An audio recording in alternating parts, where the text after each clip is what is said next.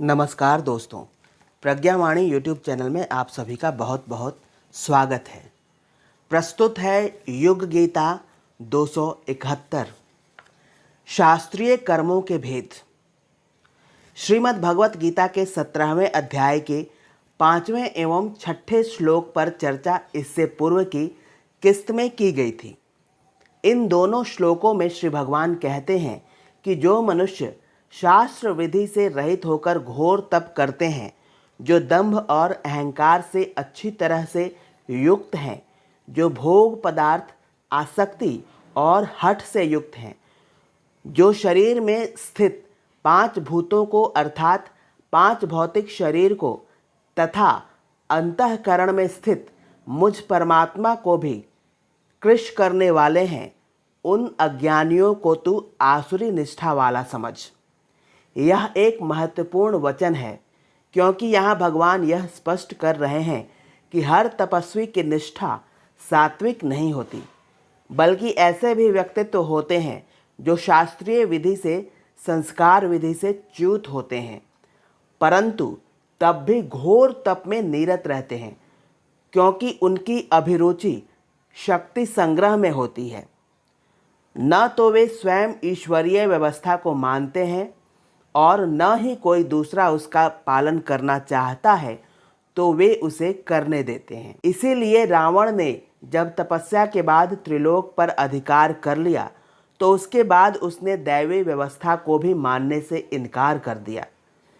न तो वह स्वयं ही भगवान को मानता था और न ही उसके राज्य में यदि कोई और भगवान का नाम लेता था तो वह उसे भक्ति के पथ का पालन करने देता था।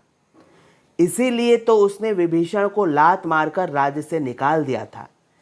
इसी तरह से हिरण्यकशिपु भी भगवान की पूजा करने वाले के प्रति क्रोधित हो उठता था, जबकि रावण व हिरण्यकशिपु दोनों ही तपस्वी थे।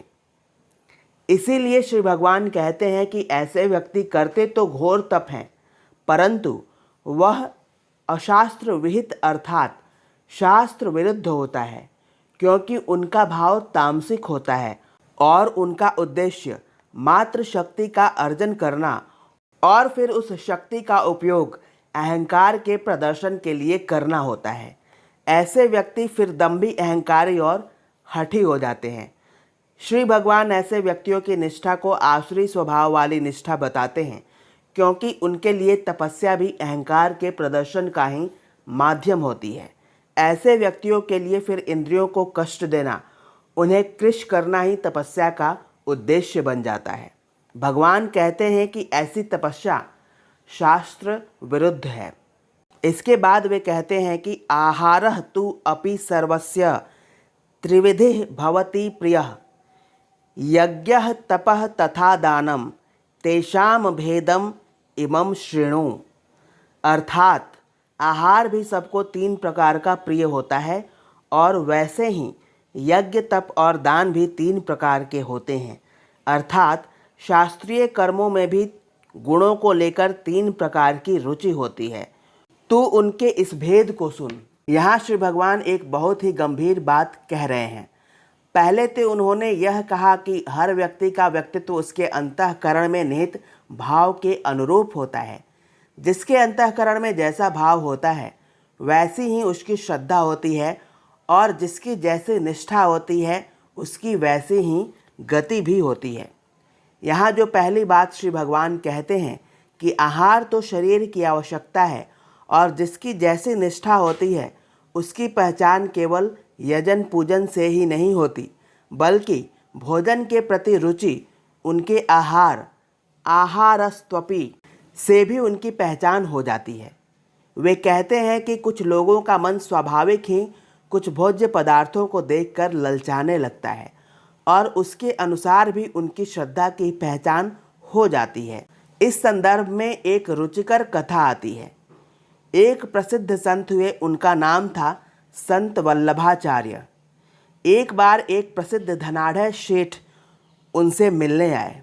वे बोले, महाराज, मैं 1000 स्वर्ण मुद्राएं दान देना चाहता हूँ, पर चाहता हूँ कि वह धन उचित व्यक्ति के पास जाए।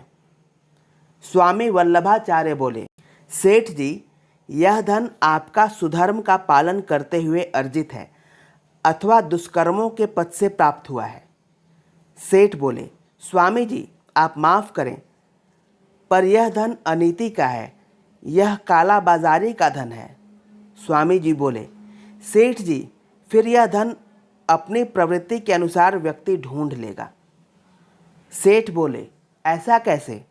स्वामी जी बोले, जिसकी जैसी प्रवृत्ति होती है, सात्विक, राजसिक या तामसिक, वह व्यक्ति अपनी प्रवृत्ति के अनुरूप, अपनी श्रद्धा के अनुरूप धन के प्रति आकर्षित होता है। फिर उसी प्रवृत्ति के अनुरूप वो आहार विहार या आचरण करता है। सेठ को स्वामी जी के कहे पर विश्वास नहीं हुआ। स्वामी जी सेठ के असमंजस को समझ गए। वे बोले, ऐसा करो सेठ जी कि आपको जो व्यक्ति सही लगे उसे जाकर यह धन दे दो। कल उससे जाकर पूछना कि उसने उस धन का क्या किया। पहले प्रयोग के रूप में 10 स्वर्ण मुद्राएं देकर देखो। यह बात सेठ की समझ में आई। उन्होंने उस धन को स्वामी जी के पास रखा और 10 मुद्राएं लेकर नगर भ्रमण को गए। बहुत देर ढूंढने पर उनको एक अंधा व्यक्ति मिला।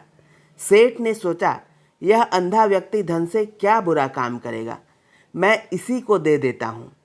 मुद्राएं उसे देकर वे वापस स्वामी जी के पास लौट आए। वहाँ पर लौटने पर स्वामी जी ने कहा, अब सेठ जी कल वापस जाकर आप उस व्यक्ति से पूछना कि उसने आपके धन का क्या उपयोग किया। अगले दिन जब वे उस व्यक्ति से मिलने गए तो उन्हें भरोसा नहीं हुआ कि यह वही नेत्रहीन व्यक्ति है जो एक दिन पहले मिला था। वह व्यक्ति नशे में धुत था। उसने सारा धन मांसाहारी भोजन, मदिरा, ऐसी तामसिक चीज़ों में बर्बाद कर दिया था।